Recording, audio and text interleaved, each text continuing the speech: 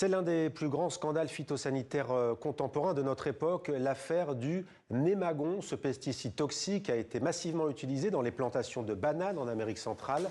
La Cour d'appel de Paris doit statuer aujourd'hui sur le sort de plus d'1 millier d'ouvriers nicaraguayens victimes de ce produit toxique. On écoute pour commencer l'une de ces victimes. Nous faisions partie des personnes touchées. Nous nous sommes retrouvés sans enfants, sans cet amour avec mon mari malade. Maintenant, il ne peut même pas travailler. Nous avions l'habitude de bien travailler et maintenant nous ne le pouvons même pas. Nous sommes aussi déçus.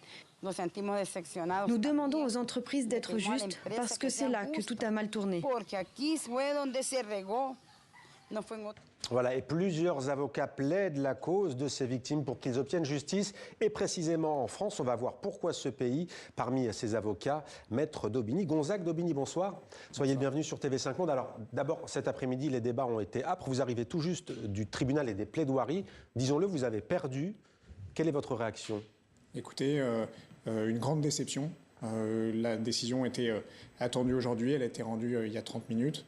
On en prend tout juste connaissance. Et, que dit cette décision ? Elle confirme sur le principe la décision du tribunal de première instance, le TGI de Paris, qui avait refusé de rendre exécutoires les décisions rendues au Nicaragua au bénéfice des 1245 ouvriers agricoles que nous représentons.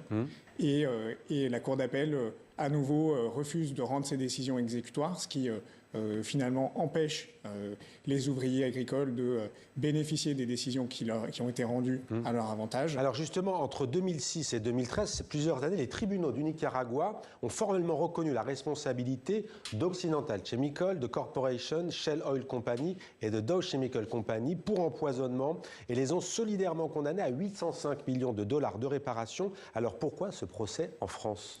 En fait, quand vous avez une décision rendue comme celle-ci, celle que vous décrivez par des juridictions d'un État, il faut ensuite pouvoir les faire exécuter. Et les 1245 ouvriers agricoles ne pouvaient pas le faire au Nicaragua parce que ces 3 transnationales que vous avez nommées n'ont pas d'actifs dans ce pays. Il faut donc trouver un État qui permette l'exécution de cette décision sur son territoire et les Nicaraguayens se sont tournés vers la France. Pourquoi la France ? Parce que c'est une tête de pont ensuite pour exécuter dans toute l'Europe. C'est un pays qui a un droit civil similaire au droit nicaraguayen. On parle de pays de droit continental. Exactement. Et puis c'est aussi une certaine image de la France, du pays des droits de l'homme, qui nous pousse à continuer encore aujourd'hui à chercher l'exécution via la France. Et justement, vous allez nous dire dans quelques instants, vous n'abandonnez pas, il va y avoir des suites judiciaires, vous poursuivez votre lutte. Mais d'abord, dites-nous quelles ont été les conséquences du némagon pour les victimes, notamment dans ce pays d'Amérique centrale, le Nicaragua. Ce qu'il faut bien comprendre, c'est que on parle d'un pesticide qui était autorisé et commercialisé dans les années 50. Au cours des années 70, aux États-Unis, on se rend compte qu'il est mortel, qu'il engendre des pathologies, cancers, infertilité, et il est interdit aux États-Unis. Des multinationales décident de le commercialiser quand même dans d'autres pays du monde, notamment en Amérique latine et au Nicaragua. Et c'est de cette façon que des ouvriers agricoles, des bananieros, dans les plantations de bananes ont été contaminés par ce pesticide. Il a fallu des décennies de combats judiciaires pour arriver à ces décisions nicaraguayennes. Et le chemin n'est pas fini puisque maintenant c'est celui de l'exécution que nous nous efforçons d'obtenir en France. Mais vous allez vous pourvoir en cassation, vous allez faire quoi ? Très probablement, la décision de la Cour d'appel de Paris est rendue sur un autre motif que le jugement du tribunal de première instance. Finalement, sur ce point-là, la Cour d'appel nous donne raison. C'est un petit peu technique, c'était sur la compétence des juridictions nicaraguayennes.